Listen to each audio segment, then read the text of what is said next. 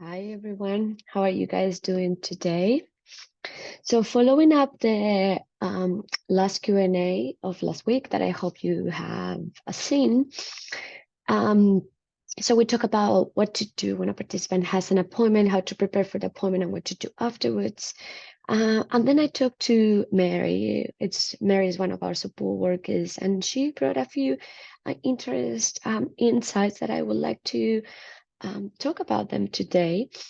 As well as you are all invited to, talk to us if you would like us to talk about anything, or you have any questions about the Q&As, or you think differently of a topic of what I am saying, you're more than welcome to reach out. Remember, this is a space that we are here to learn, to share ideas.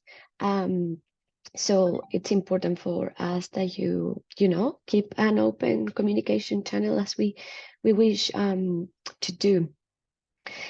So we were talking with Mary about self-advocacy. So, I had some ideas about what to do when a participant goes to an appointment and how to support them while at the appointment. And she mentioned, well, the importance to talk to our participants to prepare for themselves to be self-advocates. So in terms of like, if this is, so where you're going to an appointment, with a doctor, and there are a few symptoms that you really think the participant should mention, and you're not sure if you will be inside the room with the appointment or the practitioner. So the work that it needs to be done before, it's mentioned to the participant the importance of for them to mention the symptoms of or what it happened. So they are growing capacity to self-advocate. We are not all the time with a participant. So our participants are also independent from us in certain ways. So it's important that they are able to being able to express what's happening with them, what are the needs, so they can reach out to the services, the community, mainstream services as well by themselves, and let them know what is important for them, what is needed for them, so they are receiving the supports that suit them better. So constantly, reminding this is something that you should mention. Maybe we should practice where you're going to tell at the appointment. So while the participant is at the appointment, they are able to, to speak for themselves, to have a voice. So growing capacity for self-advocacy is allowing the participants to have a voice. And this is main goal, number one goal for us as a support worker. Our work is, assist the participant to be more independent. That includes us, more independent from us as well. And it's a funny and a tricky way, because you as a support worker want to work with the participant and you want the hours. But the less that a participant needs you, the better your job is being doing. It's like a therapist. The better the therapy is going, the less you will need your therapist. And that seems like may play against you as a worker, but actually says a lot about you. Says a lot about your work and your your ability to grow capacity in your participant. So having the conversation of what it needs to be said on the appointments, how the participants can advocate for themselves, where can they go and reach out for new supports, that's all very important. So we are great help on, paperwork that might be hard for them to organize. We can be great help on, having the conversation previous the appointments with our participants. But it's very important that a participant has a voice. And so always don't try to speak for your participant. Try to let them speak for themselves. It's also important that you respect the participant's privacy. There are some things that maybe the participant don't want you to know, and then eventually you get to know anyway, because we share a very intimate space with the participants at their home.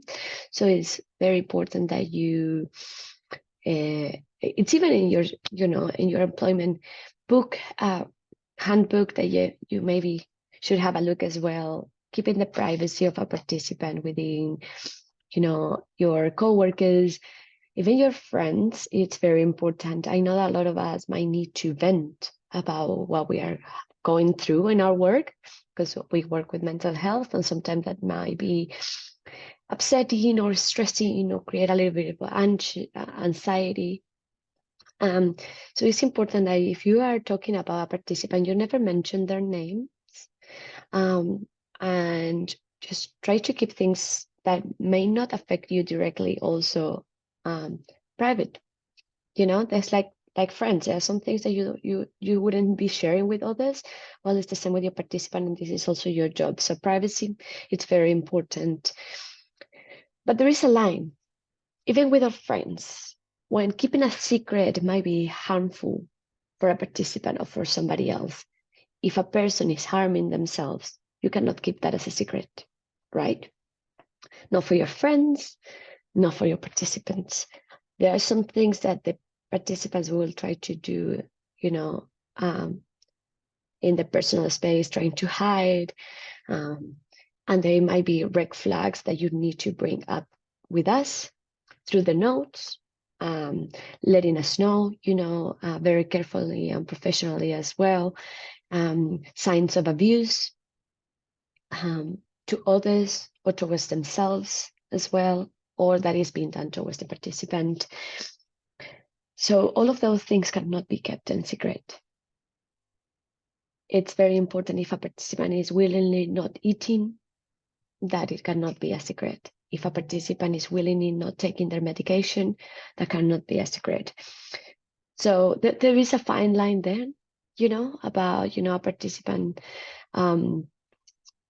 trying to have a private life and you being involved in that private life towards what is important and relevant for their mental health and the work that we do.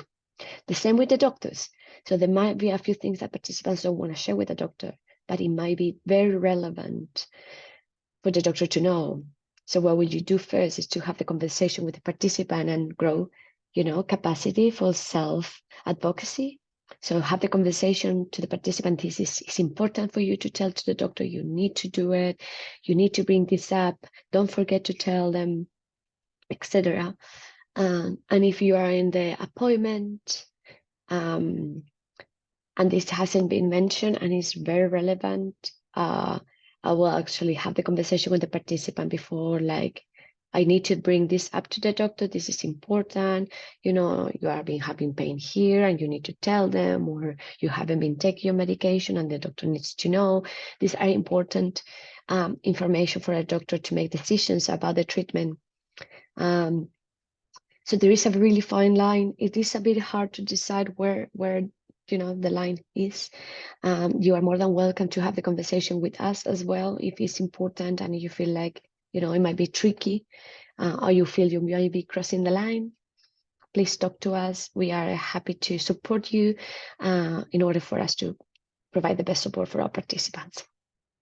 So wrapping up, grow capacity for self-advocacy in our participants, for them to receive the best services, treatment, and reach to supports.